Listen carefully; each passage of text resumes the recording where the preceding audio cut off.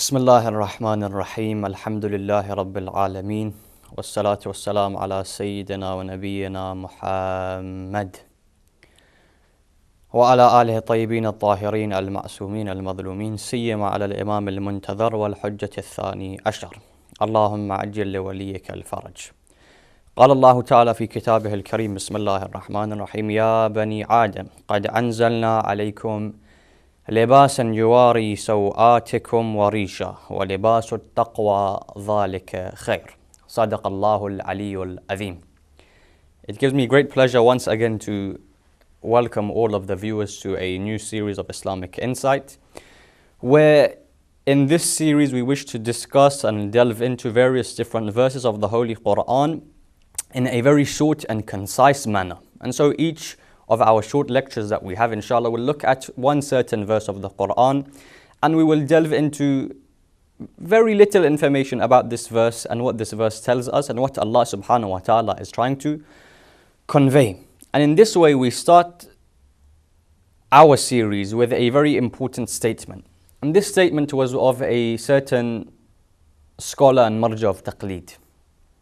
This marja of taqleed, he mentions in one of his books that if from the day we were born to the day we died, to the day we passed away, in other words, all of our lifespan, if we were to spend this time in sajda of Allah subhanahu wa ta'ala, in prostration to Allah subhanahu wa ta'ala, bowing our head towards Allah subhanahu wa ta'ala, in thanks for giving us the gift of the Holy Quran, we would not be able to give even a small part of the right that is due to Allah for the Quran. In other words, for all of our life, if we were to thank Allah subhanahu wa ta'ala in sajda for the whole of our lifetime, thanking Allah subhanahu wa ta'ala for this holy book, Al-Quran Al-Kareem, all of our life would go by and we would spend all of our life in sajda, yet still we would not have fulfilled the right of thanks on Allah subhanahu wa ta'ala for this Quran which is Hudal lil-Muttaqeen, this Quran which is said to be a wealth of knowledge. The ahadith tell us that ظاهره عميق باطنه عميق. The zahir of the Quran is beautiful. The batin is very deep. And so we understand that any verse of the Quran requires explanation, extrapolation, understanding from ahadith of Ahlul Bayt alayhim as-salam. And today we selected a very interesting verse of the Holy Quran from Surah Al-A'raf, verse number 26. And this verse, Allah subhanahu wa ta'ala primarily, He addresses all of mankind. He says, Ya Bani Adam. In other words, sometimes Allah subhanahu wa ta'ala will restrict who He is talking to, what He is calling out to. Here Allah subhanahu wa ta'ala is talking to all of mankind. Ya Bani Adam. قَدْ أَنزَلْنَا عَلَيْكُمْ لِبَاسًا يُوَارِي سَوْآتِكُمْ وَرِيشًا وَلِبَاسُ التَّقْوَى ذَلِكَ خَيْرٌ. Allah subhanahu wa ta'ala says, we have revealed. Now there are a lot of things to mention here why Allah subhanahu wa ta'ala has said we. What is the meaning of revealed in this verse? We are going to cross all of those issues because there are many intricate issues in each verse which will take a very long time. We only have a very short time. Allah subhanahu wa ta'ala says to Bani Adam, Ya Bani Adam, O children of Adam, O human beings, we have given you libas, clothing. What is the purpose of this libas? To protect your areas of shame, to protect areas in your body that require protection, as well as beauty, warisha. The libas, the clothing that we have, is a sense of beauty for us, a sense of protection and beauty. But then Allah subhanahu wa ta'ala says one of the most famous statements in the Holy Quran. He says, وَلِبَاسُ التَّقْوَى ذَلِكَ خَيْرٌ. We have given you libas and clothing to protect your body, to protect what is in your body. We have also given you this clothing. Why? We have given you this clothing as a sense of beauty, to beautify the human being. However, Allah subhanahu wa ta'ala says, out of all of the clothing, yes, clothing is important. مَنْ حَرَّمَ زِينَةَ اللَّهِ الَّتِي أَخْرَجَ لِعِبَادِهِ وَالطَّيِّبَاتِ مِنَ الرِّزْقِ. Beautifying your body is important. However, Allah subhanahu wa ta'ala says the more important thing is to have taqwa. The clothing and adornment of piety, that is the best. That is better than the normal clothing that we have. In other words, Allah subhanahu wa ta'ala is highlighting to us that some people often focus solely on appearances. Some people focus solely on the way in which someone looks. Islam has said, yes, Your appearance should be a beautiful appearance. You should take care of your appearance. However, لِبَاسُ التَّقْوَى ذَلِكَ خَيْرٌ. Here Allah subhanahu wa ta'ala has said the clothing of piety. That is better, that is best. And here in our discussion, therefore, we need to understand why Allah subhanahu wa ta'ala gave this tashbih and comparison of taqwa and piety to clothing. What do I mean? We have something called tamthil or tashbih. Tashbih is when a comparison is being made between two things. For example, I said, Zayd kal asad. Zayd is like a lion. When I said Zayd is like a lion, this was a comparison. I'm comparing Zayd to a lion. And the scholars tell us you require 4 things for any type of tashbih, tamthil, comparison. The first is mushabbah, the thing being compared. The second is mushabbahun bih, what that thing is being compared with. The third is sababut tashbih, why this comparison is being made. And the fourth is harfut tashbih, what word is used to show this comparison. So when any comparison is made, 4 things are required. Number 1, the thing being compared. So when we said Zayd is like a lion, Zayd is the thing being compared. What it is being compared with, in this case, the lion. Number 3, what word is used to show this comparison? So in English, I would say like is harfut tashbih. This word like is used to make the comparison. Number 4, sababut tashbih. Why is this comparison being made? And this is the most important. Because if I said Zayd is like a lion, why? Because a lion sleeps all day, Zayd also sleeps all day. A lion, for example, eats raw meat. Zayd also eats raw meat.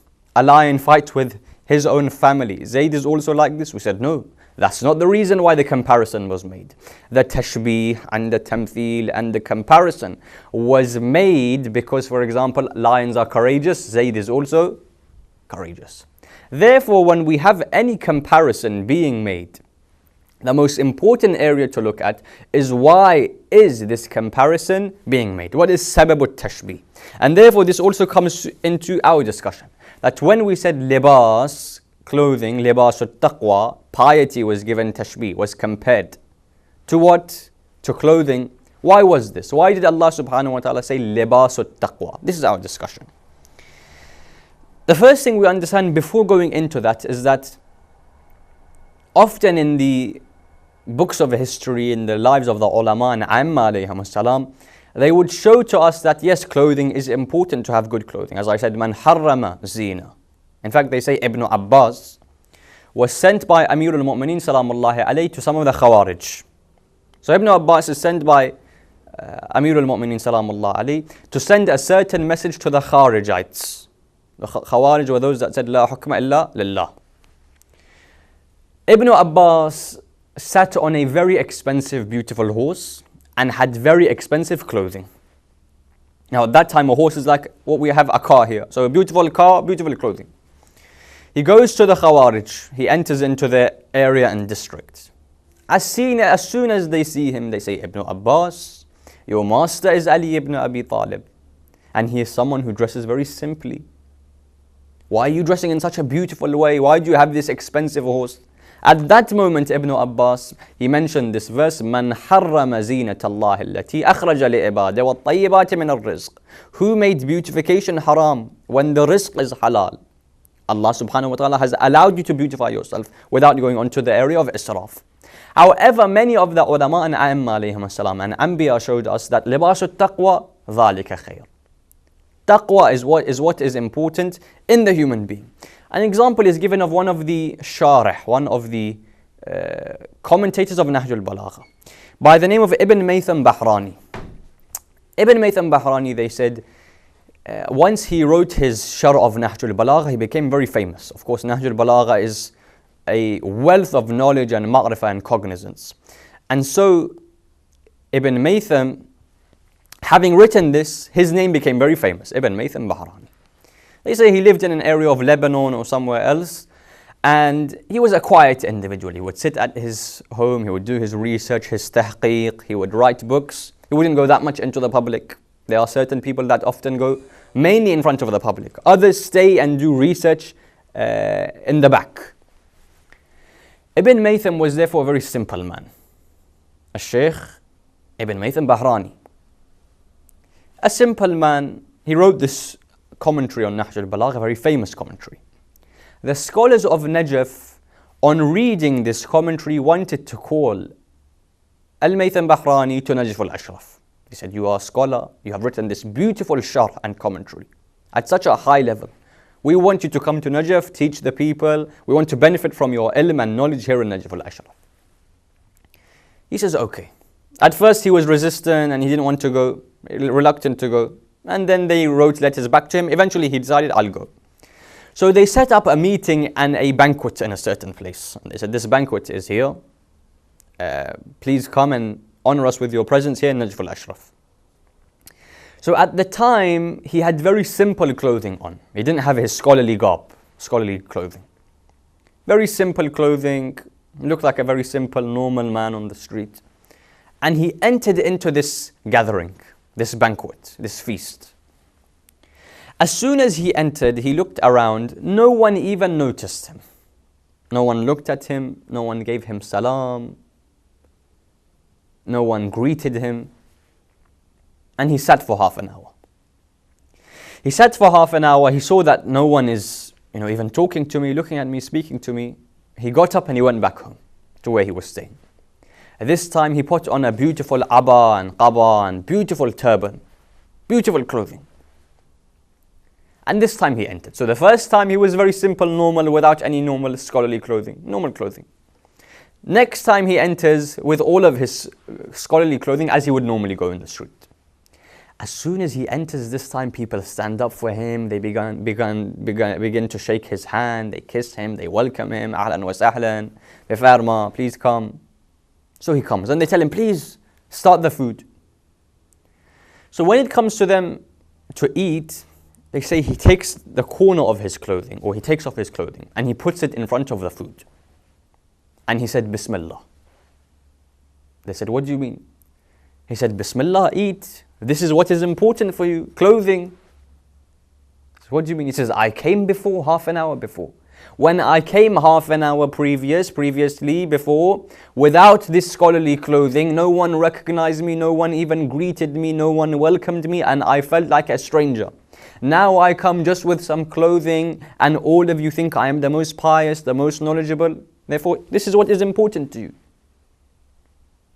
What he was trying to tell them is knowledge, taqwa, piety. These are the things that are important. Yes, clothing is there and one should dress well. But libasul taqwa, dhalika khair. Once this has then been understood, we need to go and look at why taqwa was called libas. Why was clothing, taqwa, piety, given tashbih in comparison to clothing, libas? The first thing we understand is the word libas comes from labs. Labs means when something is together. So in clothing is completely onto our body. We are recognized by our clothing. In reality, a person is recognized by his clothing, the way he looks, the way he dresses, how does he dress. And in reality, you can tell about a certain person by the way he dresses. Why then was taqwa and piety given tashbih to clothing? The first thing we understand is that clothing protects us from the environment, from, for example, the weather. The weather is hot, the weather is cold, I have my clothing to protect me. So one of the main areas or benefits of clothing is what? Protection from external influences. That's why taqwa was also given comparison to clothing. In the way that clothing protects the body from external influences, taqwa protects the soul from external influences such as shaitan and other distractions. The first reason why taqwa was given tashbih and comparison to clothing. Clothing protects my body from heat, from cold, from snow, from all of these things, from rain. Taqwa protects my soul from disobedience of Allah subhanahu wa ta'ala. The second thing about taqwa and why it was given tashbih to clothing is clothing also allows all of the things on my body which I don't want to be seen to be covered up. For example, I have a scar maybe here or a wound. Clothing prevents people from seeing this wound of mine. So that what is on the body, it is protected from the eyes of people by what? By clothing. In the way then that clothing allows wounds, injuries, other things on my body not to be seen by the general public, taqwa also allows my soul and my characteristics and my negative characteristics not to be seen by the general public. For example, someone has a disease of the soul. He is jealous. He, for example, has greed in his heart. Taqwa allows the removal of these from the soul in the way that clothing allows people not to see the vices of my body. Taqwa allows people not to see any of the vices of my soul because these vices are removed by this taqwa. The second thing. The third thing we understood about this tashbih and this comparison. Let's say a person enters into a room. Many people are sitting, he enters into a room. When he enters into the room, his clothing, let's say, is so beautiful, so expensive, so well made, whatever it may be, that people are attracted to that individual because of his clothing. Therefore, another thing about clothing is that it attracts people towards it. Taqwa was called clothing. Why? Because in the way that clothing attracts people towards you, taqwa also attracts people towards an individual who has this taqwa and piety within his heart. And any individual who has taqwa in his life gains success. This piety, this staying away from sin, this protecting my soul from committing acts of disobedience, in the way that clothing beautifies an individual, attracts people to an individual, so does taqwa. Taqwa beautifies an individual. Taqwa is the reason for people's success in this life. And there are many proofs of this. And this is why Allah subhanahu wa ta'ala said, وَلِبَاسُ التَّقْوَى ذَلِكَ خَيْرٌ. Libas is an adornment for the human being, as is taqwa. An example is given of how taqwa allows success of the human being. They say that Shaykh Murtada Ansari, rahmatullahi alayh, the very famous Shaykh Murtada Ansari, author of the books Rasa'il, Makasib, other Risalat, one of the great fuqaha of the Shia madhab, of the Maraji as well, Shaykh Murtada Ansari, rahmatullahi alayh. Shaykh Murtada Ansari, one day he mentions a story of when he was with his class fellow, his roommate, in one of the houses of Iran. So first he studies in Iran, then he goes to Najaf al-Ashraf. Just when I was studying in Iran in one of the small cities, in one of the small seminaries, I had a roommate, of course. We're in the hostel, we have a roommate. We studied together, we lived together. This roommate, one day I told him, I gave him some money, small amount of money, to go and get some bread for us. We are poor, simple people, students, tullab. So I told him, take this money and get some bread for us. So he went to the shop down the road, wherever it was, to the market. And he came back after, let's say, 25 minutes with the bread. However, there were two loaves of bread. One loaf had pieces of meat on top, sweet meat. Sometimes you have bread with meat on top of it. And the other was simple bread. Shaykh Murtada, he looked at the bread with meat. He said, where did you get this from? So his friend, his roommate says, what do you mean? Shaykh Murtada says, I gave you only enough money. I know how much money we have. We live together. I gave you only enough money to buy this simple bread. Where did you get the bread with the meat?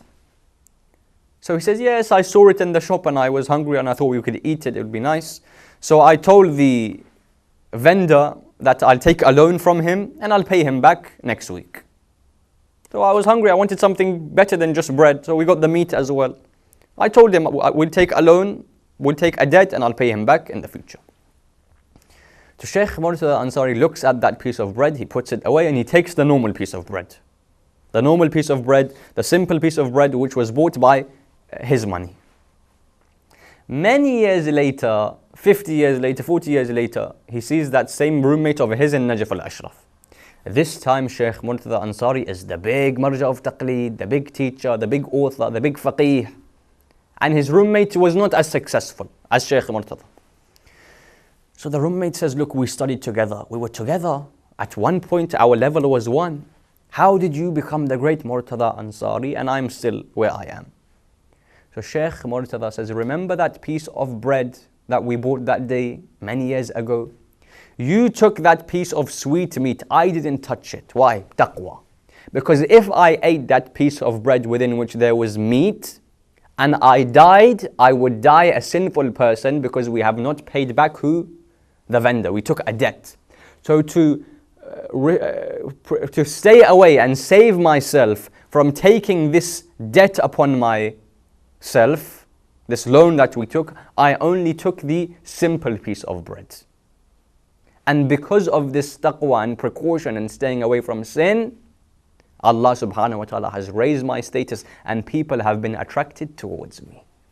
Because of this, you know, if I eat this, what if I die without paying back that vendor? I will die a sinful person. Just this precaution. He says this taqwa has allowed my status to be increased, has allowed me to be successful. And therefore when Allah subhanahu wa ta'ala says, وَلِبَاسُ التَّقْوَى ذَلِكَ خَيْرًا, and the clothing of piety, that is the best, that is better for you. In the way that clothing beautifies, attracts people towards an individual, taqwa also beautifies and attracts people towards that individual. An example is given, the last example we give in this first episode, is that if an individual goes into the jungle, he enters into the jungle, he's barefoot, without any shoes, socks, nothing. And he knows that all over the floor of the jungle there are sharp objects, there is glass, there are rocks, there are stones, there are pebbles.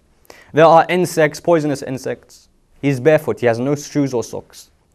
Will he enter into this jungle looking at the sky and looking at the trees? Or will he look at the floor and look at each object and walk over it? He has to have precaution. This is what the ulama call taqwa. That I look at all of the things that could harm me, and I walk over them, and I go away from them, and I protect myself from them, and this is what we call taqwa. And so Allah subhanahu wa ta'ala in this verse of Surah Al-A'raf, verse number 26, tells us that yes, we have been given this clothing by Allah subhanahu wa ta'ala. يُوَارِي سَوَاتِكُمْ وَرِيشًا, a sense of beauty, protection. وَلِبَاسُ التَّقْوَى ذَلِكَ خَيْرٌ, the clothing of taqwa, that is better for an individual. وآخر الدعوانا أن الحمد لله رب العالمين.